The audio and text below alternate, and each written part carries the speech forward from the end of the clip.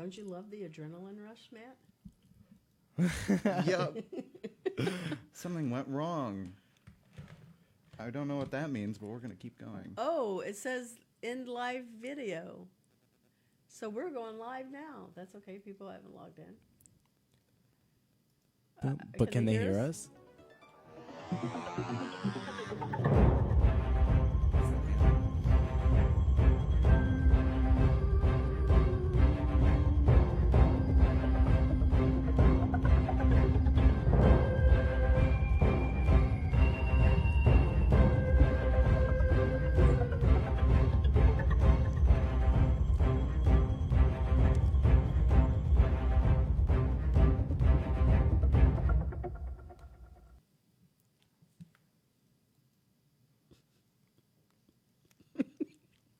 Welcome to the Intern Whisperer Live, the show all about internships and how to survive them.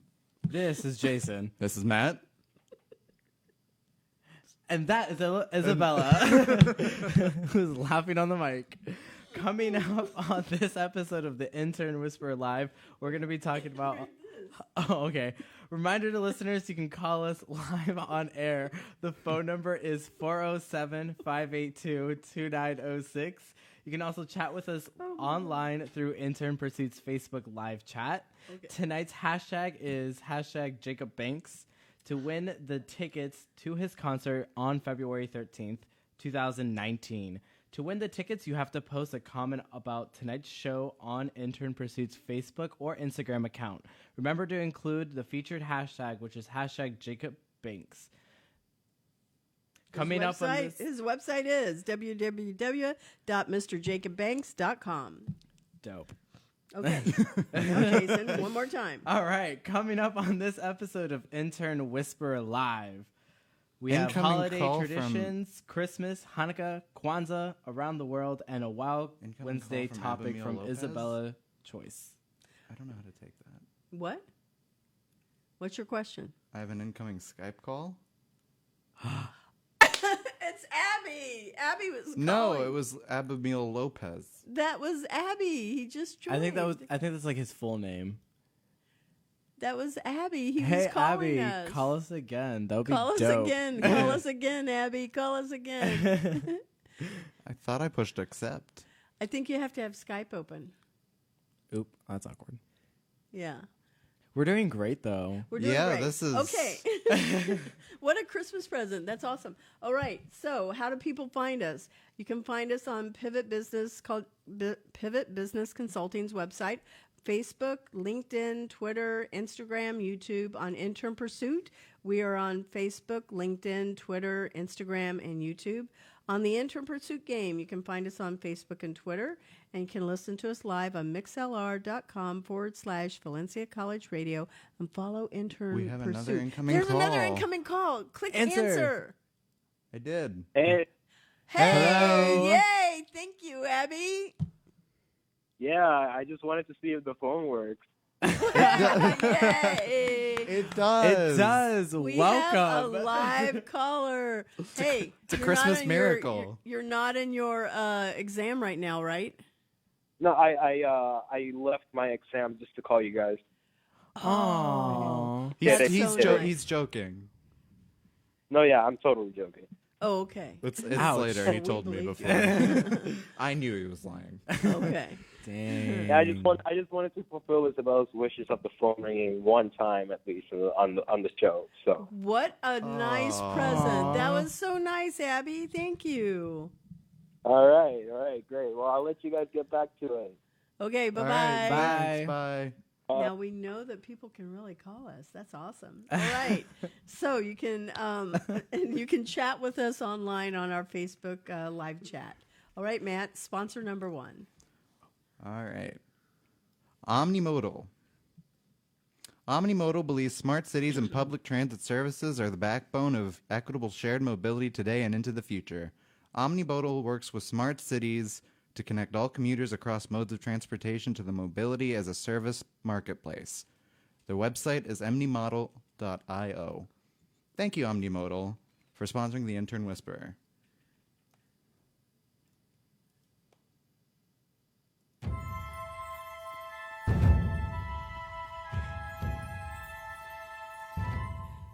This is our last show for 2018.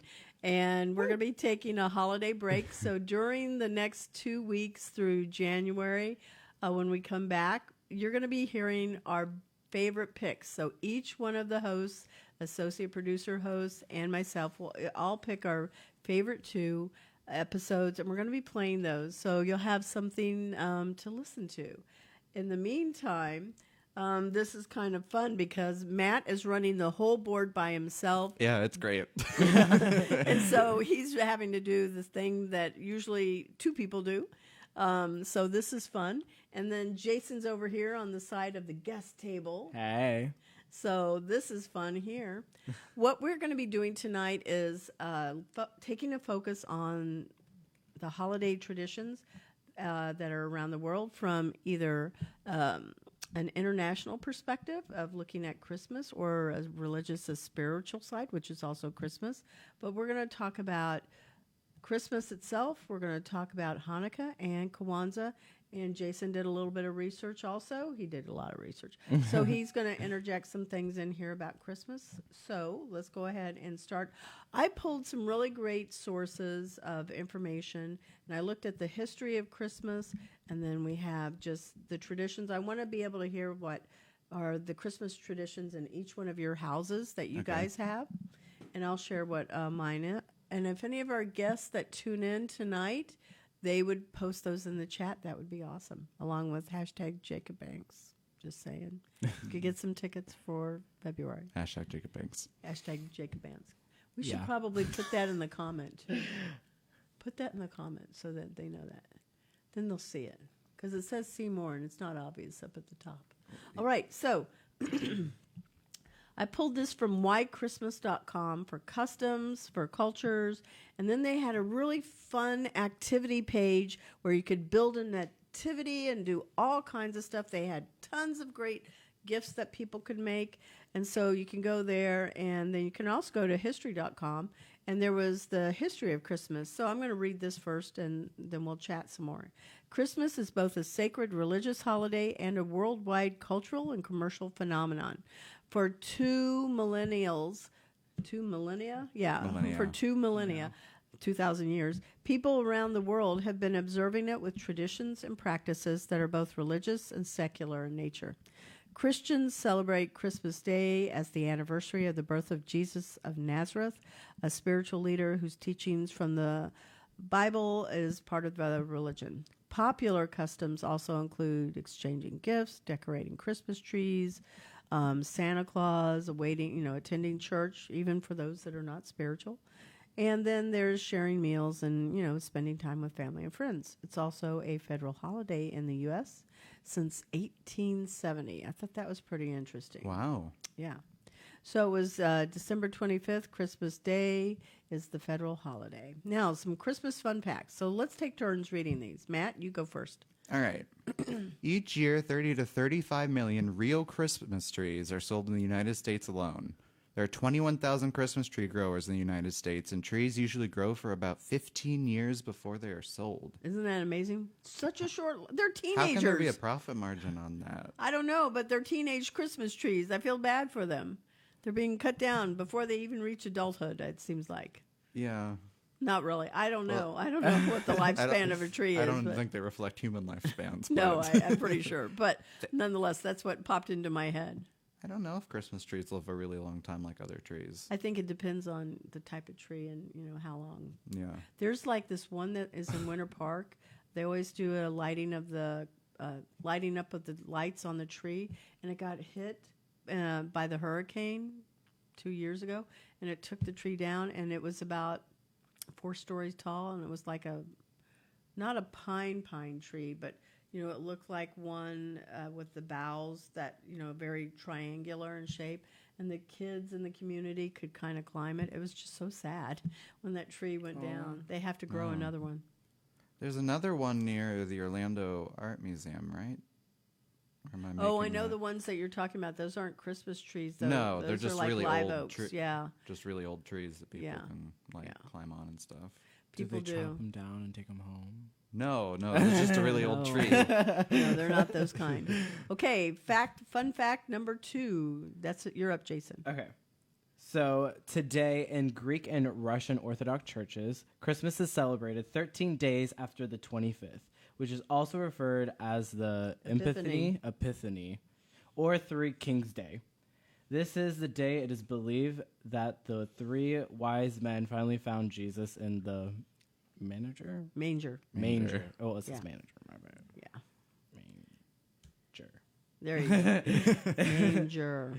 Yeah. Manger. I actually copied that. That was a copy and a paste from the source, so the source had it wrong. So Jesus and the manager. Yeah.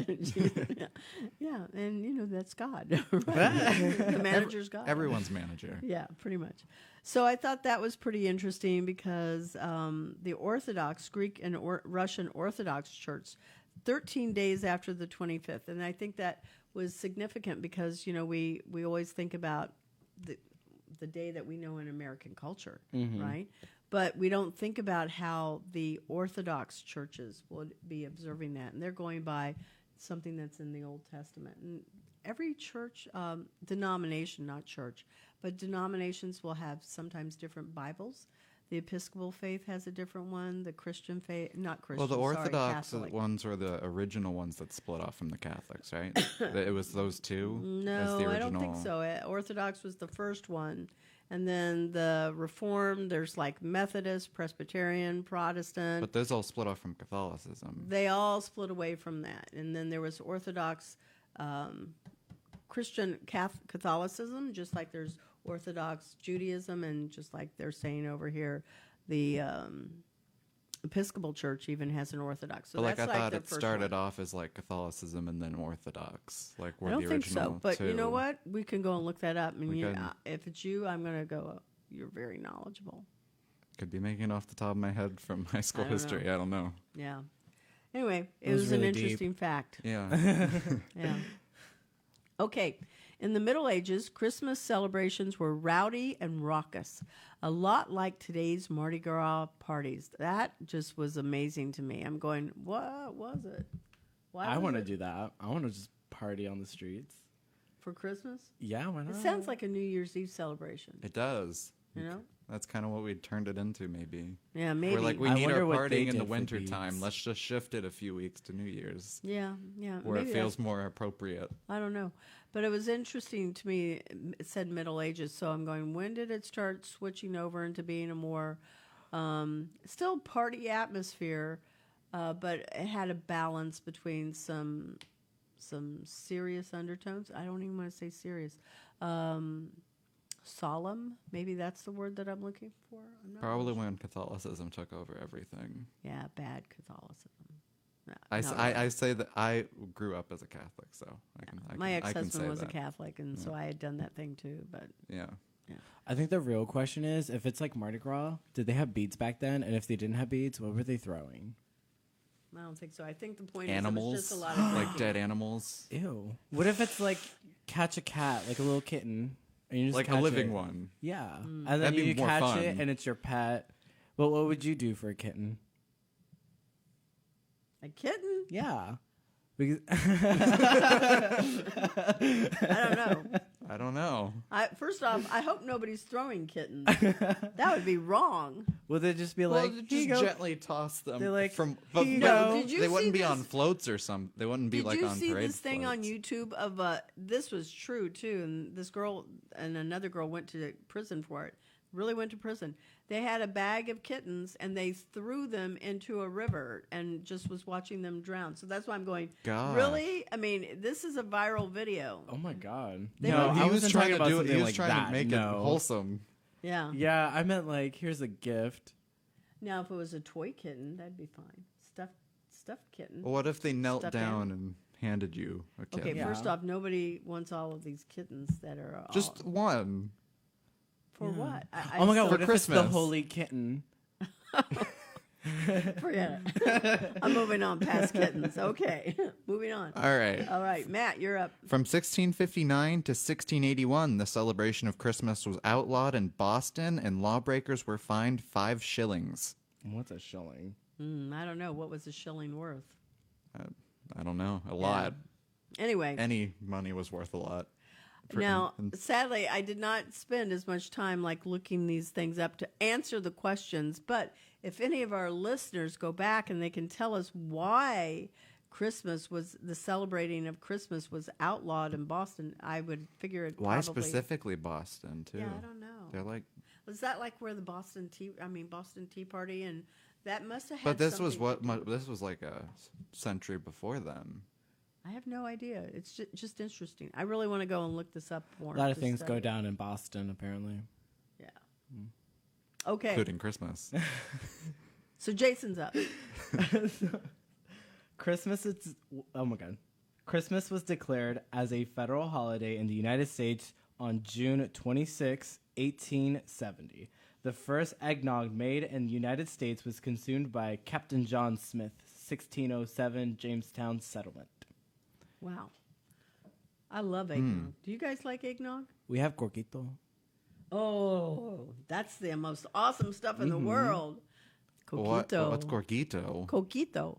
Coquito? See. Oh, I think I have heard of that. It's the coconut condensed milk, super filled with rum. It's a little bit like a pina colada, not really. It's just. It sounds pretty good. It's a so party. delicious. They put a lot of rum in it. It's really. It's a really holiday good. thing? Yeah. In the Hispanic culture. Try some. I think you need to make some and celebrate it in your home. Just by myself. What's it called? Coquito. I don't know how to spell it, to be honest. Okay. Coquito. Q? If you do that, you'll find it pretty close. Do recipe So kind for of like the keto. coquito. I just like saying it. Totes. Okay, so poinsettia plants are named after Joel R. Poinsett, an American minister to Mexico who brought the red and green plant from Mexico to America in 1828. I did not know they were Mexican. I did not either, but it makes sense because they can really last, quite a long time in our culture. Yeah. I mean, not in our culture, in our climate for a very long time. All right, so the Salvation Army has been sending Santa Claus-clad donation collectors into the streets since the 1890s. Isn't that amazing? I know. I just donated to one like a couple days ago, and it's still going. I read about a company, and I really like this. It's a marketing firm, PR and marketing firm. And they sat there and they made as a company a strategic move. The owner of the company and his leadership team, they said, we spend $4,000 on sending out Christmas cards to clients and customers. Let's not spend it that way. Let's go and give everybody in our company $100 and have them go out and do good with it. And so they would hand it out to people on the streets, buying either bus passes. They bought food to go and prepare a family dinner at Ronald McDonald House. They donated food to food pantries. There were all of these things that they did, and I went, how beautiful is that? And so when you you could send email, Christmas cards to your clients, but really make a concerted effort to take something and then rebudget that so it can really have a greater impact. I think that's amazing. I love that. All right. Next fact. Sounds on silent. Rudolph, the most famous reindeer of them all, was the product of Robert L. May's imagination in 1939. The copywriter wrote a poem about the reindeer to help lure customers into the Montgomery Ward department store. Okay, this is before your time. Montgomery Ward's was like Sears. Oh. So you could see that they were competitors. And they were of, how there's like Macy's is a different socioeconomic group. So Montgomery and Ward's was where American families went to go buy their blue jeans and appliances and anything like that. So that is a pretty smart marketing move. Anyway, I thought that was interesting. Okay, so last fun fact. Construction workers started the Rockefeller Center Christmas tree tradition in 1931. Think about how long that is.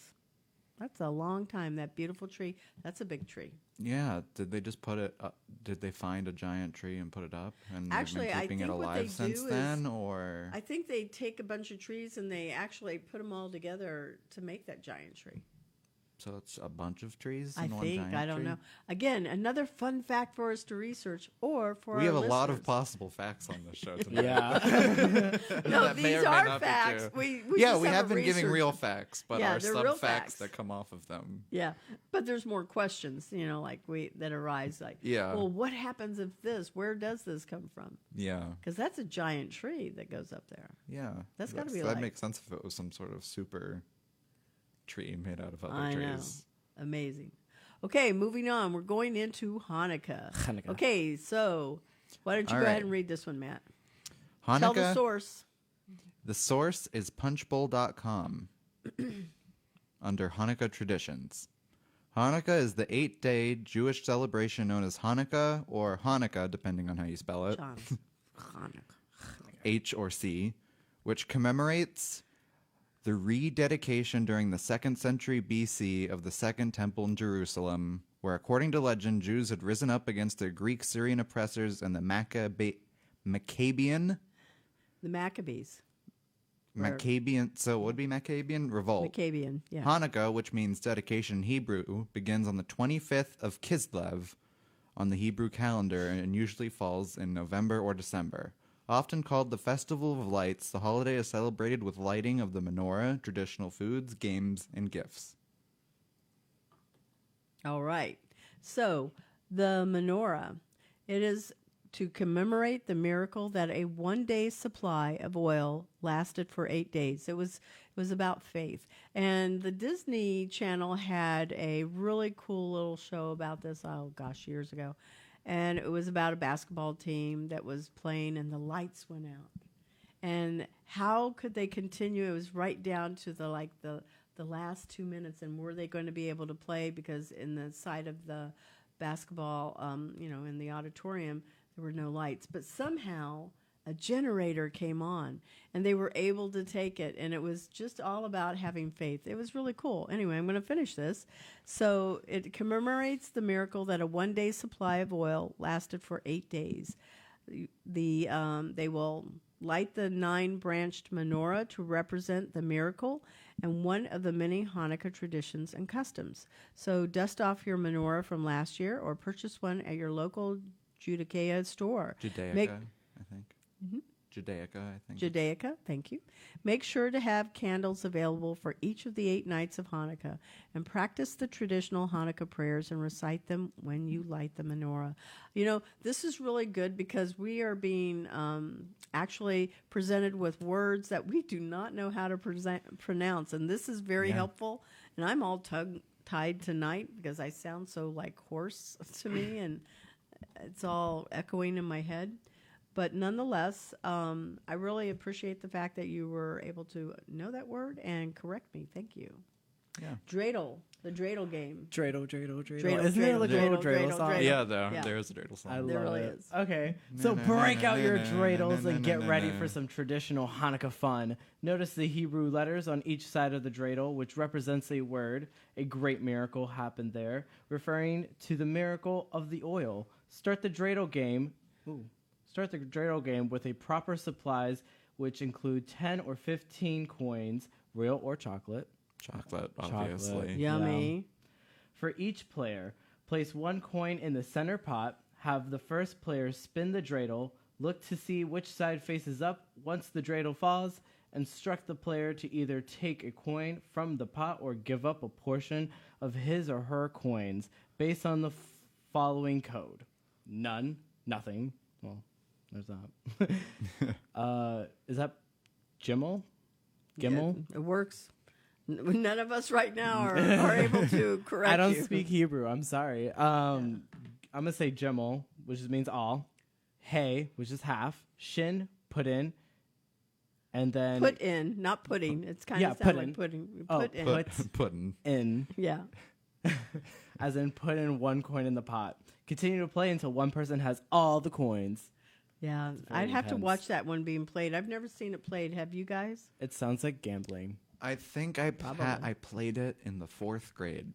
Really? I have this In vague school? memory. Yeah, at school, because they wanted to teach us about Hanukkah. Oh, nice. So they had us play dreidel, and they had someone's Jewish mother come in and make latkes, those potato Don't you pancakes for love us. latkes? Yum. And then she gave us dreidels, and we played with chocolate coins. I remember the chocolate coins vividly. Yeah. Did you guys eat them all before you even went home? Oh, I'm sure. Yeah. You don't remember that part. Okay. No, I remember there being chocolate coins. After that, just a blur. I remember a music class when I was in elementary school. They had dreidels and they brought them in, but I didn't know how to play it, so I just sat there and ate all the chocolate because it was chocolate coins. Well, our time is just flying by. What's next? Next is, I think, gelt. Gelt. I would agree with that. Yeah. All right. Continue a Hanukkah tradition and purchase some chocolate coins or you go. gelt. The Yiddish word gelt means money in English. In historic times, Jews gave money to teachers, the poor, and also to children. For the sake of modern times, replace the coins with chocolate gelt and distribute the gelt to children at your Hanukkah party. Supply some additional gelt to use for the Dreidel Game. Yay. Okay, I have the food section. So you can represent the miracle of oil in your Hanukkah celebration and cook up some tasty potato latkes for appetizers. They're so good. You can serve them, well, wait, let me make sure I stay on point. Next, practice your baking skills. Follow up the potato latkes with the mouth-watery pastries such as rugelach for dessert. What I liked about the latkes is we would dip them in applesauce, and they were good. I forgot you dipped them in applesauce. You do. So yummy, yeah. Okay, gifts. So gifts, keep up with modern times and expand the guilt-giving tradition to the tradition of giving gifts during Hanukkah. Gifts serve both for the traditional aspects of giving and the fun part of receiving, deciding whether or not to give the kids one small gift for each of the 8 nights of Hanukkah or just bring one big gift. Save the best gifts for your family. Oh, for your family's Hanukkah party. I don't know why I struggled there. Would you do one little gift or would you do one big gift? One big gift, get it over with. I would want to do the little gifts. It depends how much I cared about the person, I think. Very true. If You I can cared do a about the lot of person, then nice I'd do little the gifts. 8 little gifts. And then it would build to a big gift. Yeah, I would do that. I agree with you. Yeah, I like that idea. Okay, so when we get to Kwanzaa, that's really where there's some more challenges on. I have to make sure that if we do this again next year, that it actually have people that are from the Jewish community and also for Kwanzaa that celebrate that, so they can help us with these. Yeah, we're kind of all Christmas here. Yeah. Yeah, we're all pretty much in the Christian faith here. Okay, so the source came from people.howstuffworks.com. There's a link. All of these links will be put in our Facebook, so you can actually click on them and, help us here. Okay, so Kwanzaa is a 7-day holiday that celebrates African American heritage. It was the brainchild of Dr. Maulana Karenga, a professor of Africana Studies at California State University, Long Beach. Karenga created Kwanzaa, that's a tongue twister there, excuse me, as a way to help African Americans remember their roots and also to foster unity during a time of incredible racial strife. It's been observed from December 26 to January 1 every year since 1966. Today, about 1 in 7 African Americans celebrate Kwanzaa, and many of them do it in addition to Christmases. And this came from a different source, Raskin and Scholler, but it was cited from How Stuff Works. The name Kwanzaa is derived from Matunda ya Kwanzaa, a Swahili phrase for first fruits, and is based on traditional African harvest festivals, combining customs from a number of different cultures. Each of the 7 days represents one of the 7 principles of Kwanzaa. These principles are, Jason, I gave those to you. Omoja, unity. Koji cha golia, self-determination. Oje moi, ma. Collective work and responsibility. Oja ma. There's an emphasis on there. Cooperative economics. Thank goodness there's some pronunciation here, right? Yes. Yeah. That really, really helps. Nia, purpose. Creativity. Imani, faith. I think that those are really nice principles. They obviously the American, or how we would say it in English, is there, but it's really very, very nice to be able to understand some of that history. Matt? Yeah. The colors of Kwanzaa are red, black, and green, the colors of the Pan-African flag, which symbolizes unity among African people all over the world. Black represents the people, red their blood, and green the earth and the future. And this is a complete non sequitur, but in the Black Panther, there's a scene when they enter the casino in South Korea where each of the three main characters is wearing one of those colors. Oh, that's interesting. Oh, I didn't know that. Yeah. So finish up the last little section, though. All right. So this holiday is celebrated by making gifts, honoring ancestors and elders, wearing traditional African clothing, planning special meals, and gathering for a feast.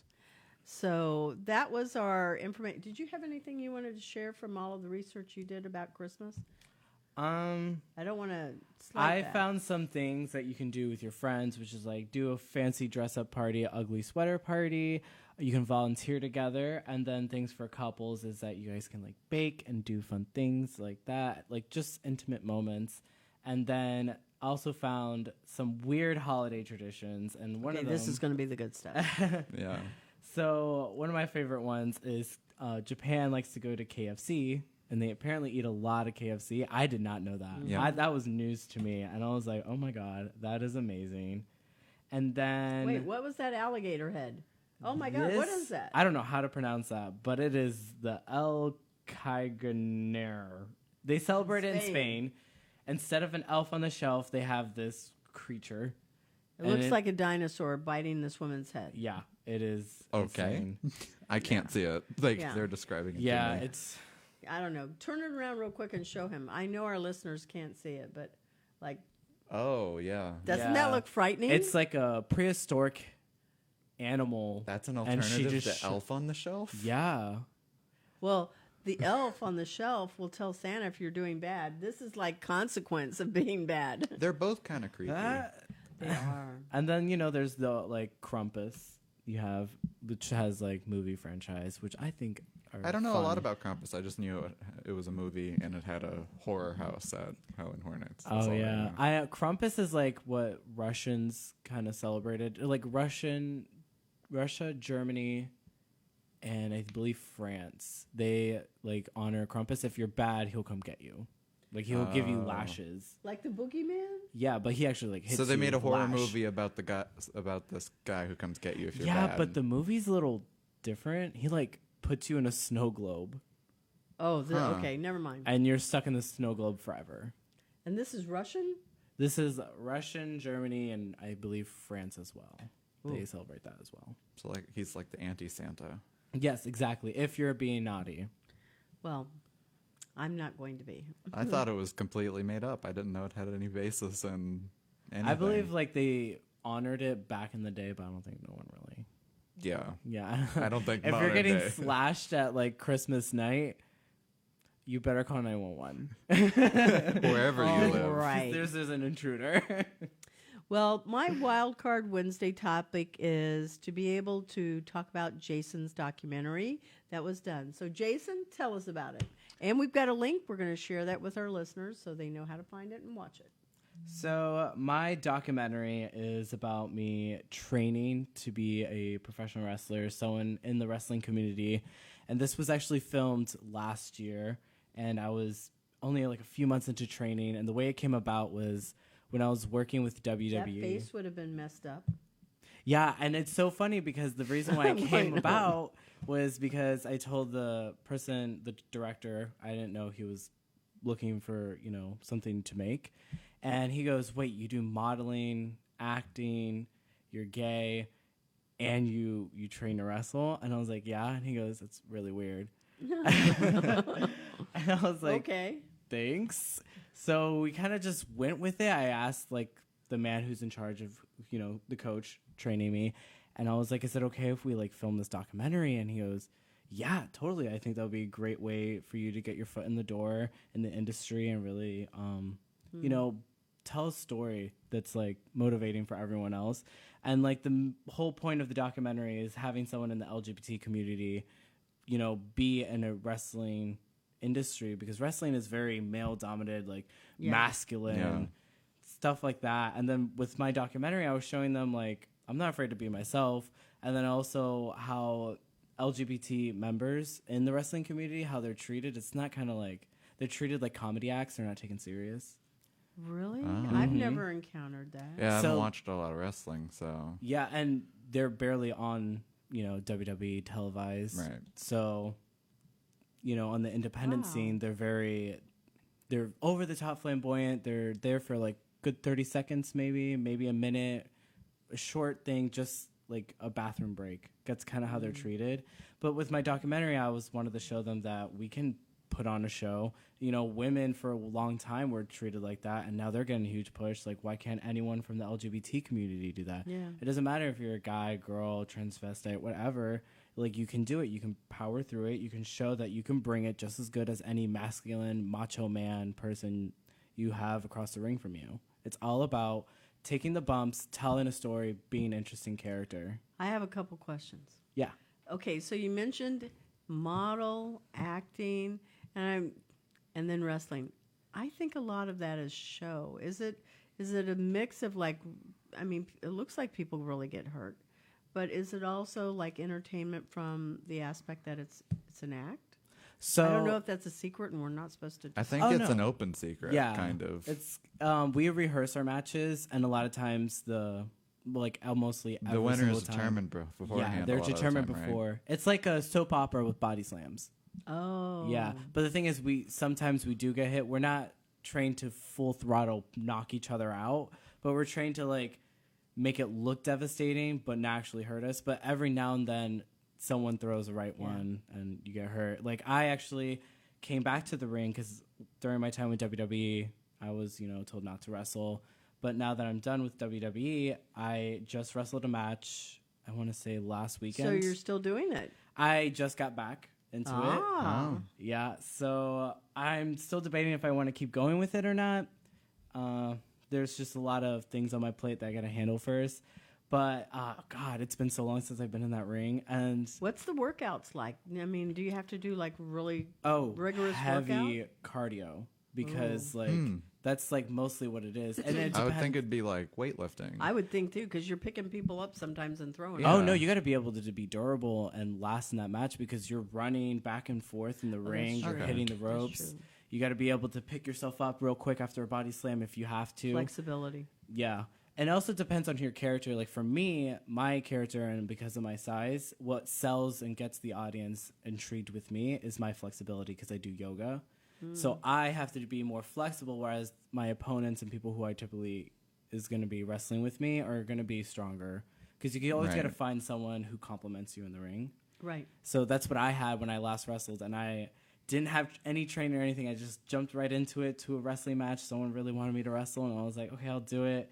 And they're like, what can you do? And I was like, oh my gosh. Well, wait a minute. Had you ever wrestled like in high school, so you knew what you were doing? No. Oh my God, I can't even imagine. So you just went into it. I just went into it. So Did you have an interest like prior to all this into wrestling? Like you knew no moves. Yeah. Well, I did training pin somebody. last year. I did some training, but it was only for a few months.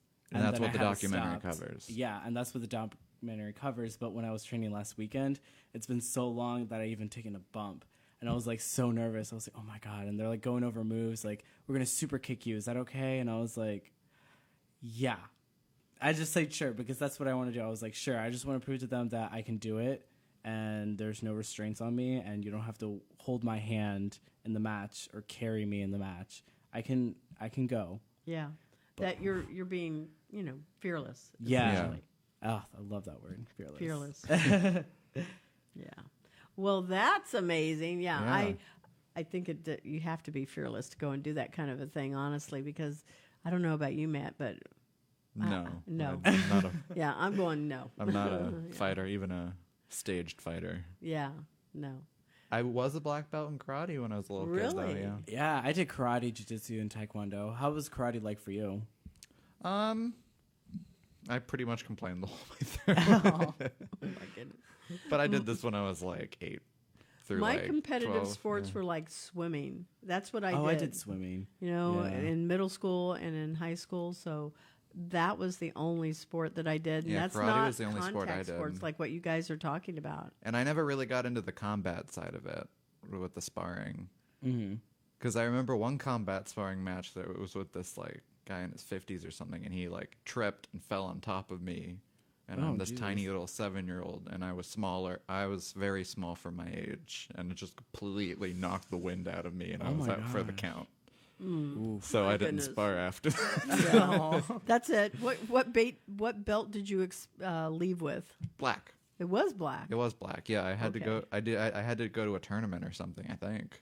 Oh, wow. You had to Yeah. go through a lot of progressions to get to a Yeah. black belt. Yeah, so they you did said different you colors. hate it. Somebody was you were. Yeah, doing my it for parents some- were like, "You're gonna finish." Wow. And finish was all the way to black. Yeah, you're gonna finish what you started. How long did it take you Same. to do that? 2-3 years. Oh wow!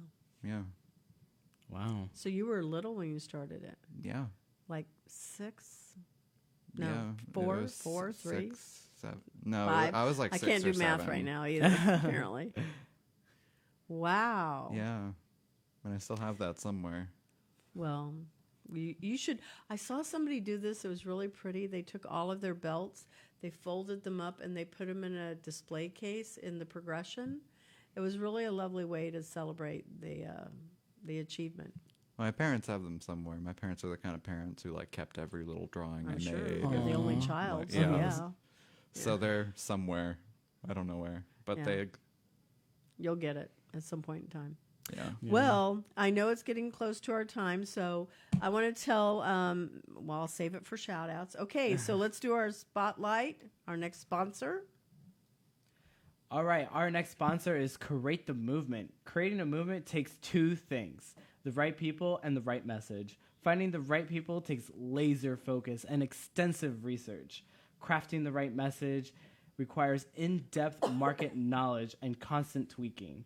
It's not about thinking outside of the box. It's thinking about what your box is made of and using it to your advantage. Thank you, Create the Movement, for sponsoring the Intern Whisperer Live.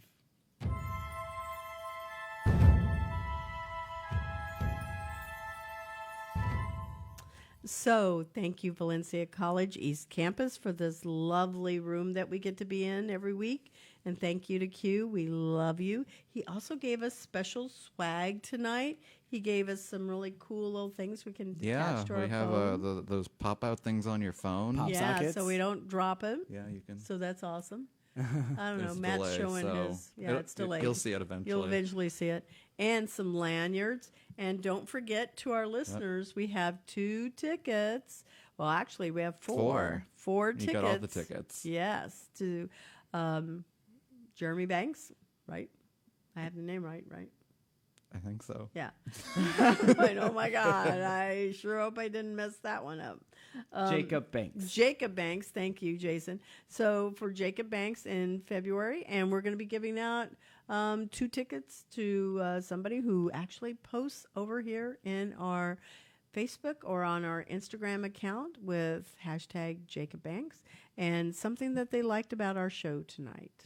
All right. So let's go to shout outs. Matt, you're first. I guess I'll just do a shout out to all of you. Very Like nice. I've never done one of those before. Like Thank you. Yeah, Yeah. it's been great working here. I know it's not my last show, but It's not yet. I'm No. thankful for that. And so, shout out for Abby and Khalil then too. Yeah, of course. Of course, the fearsome foursome.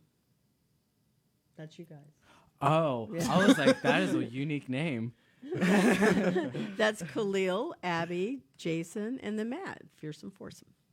I like to think of it. Yeah, that's who you guys are. All right, Jason. So I want to give a shout out to Isabella. Oh, thank you. So thank you for having me jump on board, even though I wasn't originally. I was really thrilled. I'm Yeah. really glad. The one thing I'm so disappointed is that Nell Thompson didn't get to meet you. First thing in the room was, okay, which one of you is Jason? He's not here. He has to study and he's going away on a trip. Oh. You still must go back to the school and go introduce yourself to her. Yeah. She came looking for you. I have to. I got to make every opportunity count. Yeah. So, yeah. Yeah. And she's the director of academic innovation. She knows people. Noted. So, go introduce yourself. Well, thank you so much, Jason. Yeah. I appreciate it. And my shout outs go to you two guys for being here tonight. Khalil, who is in Puerto Rico, we miss you. We hope that you're having a good time being with your family and your friends. And then also to Abby, good luck. You're taking your exam tonight.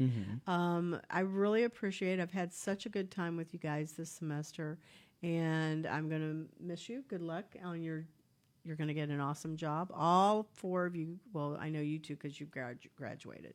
The other two are still in school, but you two are meant for great things. So Thank keep you. going Thank out you. there doing awesome stuff. All right. All right. So as we close our show, we want to thank you, all of our listeners, and be sure to look us up on Facebook, on Twitter, follow us live on mixlr.com, Valencia College Radio. We actually have a new listener that's listening to us live. And then watch us on, not live here, like live internet radio. Oh. Yeah, you can't nice. see that one. And then live on Facebook. And this, all of our shows are going to be coming to podcast first of the year. So you all can follow us in different ways. So thanks a lot. Happy New Year. Merry Christmas.